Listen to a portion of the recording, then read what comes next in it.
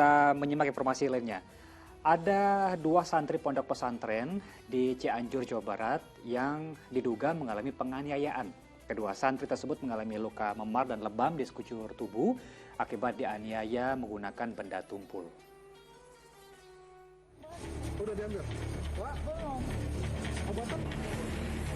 Beginilah kondisi luka lebam dan memar yang dialami dua orang santri laki-laki Pondok Pesantren Mahat Al-Quds di Desa Ciberem, Kecamatan Cugenang, Cianjur, Jawa Barat. Diduga dua santri yang masih di bawah umur itu dianiaya pengajar menggunakan benda tumpul lantaran melakukan kesalahan. Orang tua kedua korban yang tak terima anaknya dianiaya langsung melaporkan kejadian ini ke Unit Anak dan Perempuan Satreskrim Polres Cianjur. Korban mengatakan bahwa dia dipukulin, tapi motifnya apa masih kita dalami dari keterangan dari para saksi dulu, kemudian mungkin dari tersangka, ya, mungkin pelapor yang telah dilaporkan oleh korban. Selain meminta keterangan sejumlah saksi, polisi juga akan memanggil pengurus pesantren untuk mengungkap pelaku dan motif penganiayaan. Rendra Gozali melaporkan dari Cianjur, Jawa Barat. Ini masih dalam penyelidikan petugas sebenarnya, Ustaz. Nah, kalau biasanya di kasus-kasus sebelumnya, si pelaku biasanya akan berlindung dengan alasan untuk mendidik santrinya tidak taat aturan, santrinya melanggar dan lain sebagainya. Memang di sisi lain, pihak Ponpes dan juga para kakak asuh ini kan harus mendidik begitu, Ustaz. Apakah ada masukan yang tepat, Ustaz, bagaimana cara mendidik tapi jauh dari kekerasan ataupun penganiayaan?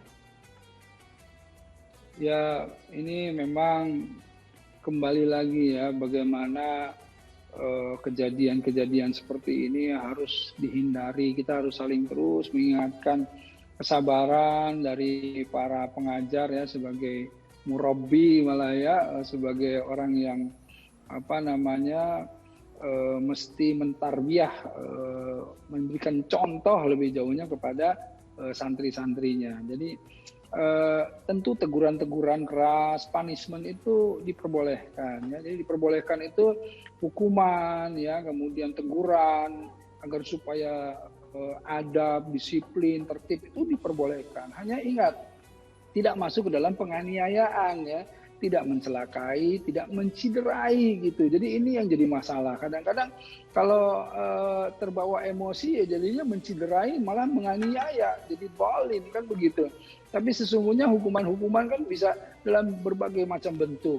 Hukuman yang bisa dianggap positif ya, misalnya disuruh membersihkan lingkungan gitu ya.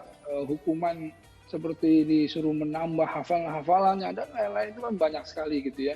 Tapi kalau sudah hukumannya masuk ke dalam penganiayaan gitu ya, apalagi menciderai atau menganiaya, ini jadi permasalahan karena ini yang saya khawatirkan ya akan kemudian dipahami oleh santri bahwa beginilah bahasa mengajar yang baik dan ini akan terus-menerus akhirnya semacam kebiasaan bahwa nanti harus dipukul dengan dicederai dan lain-lain. Wah, ini kan jadinya melenceng gitu ya dari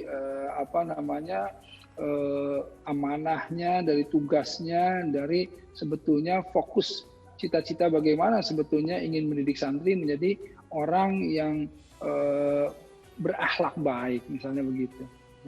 Jadi tentunya ada banyak opsi begitu ya untuk mendidik atau memberi hukuman.